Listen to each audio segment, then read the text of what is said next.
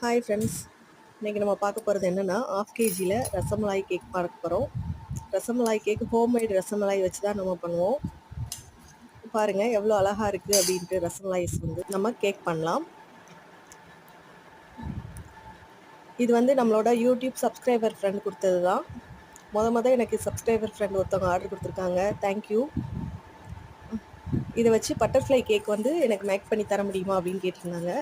Okay அப்படின்னு சொல்லிட்டு நம்ம அதனால் உள்ள ஃபில்லிங்ஸில் வந்து பார்த்திங்கன்னா நிறைய ரசமலாய்ஸ் கொடுத்துட்டோம்.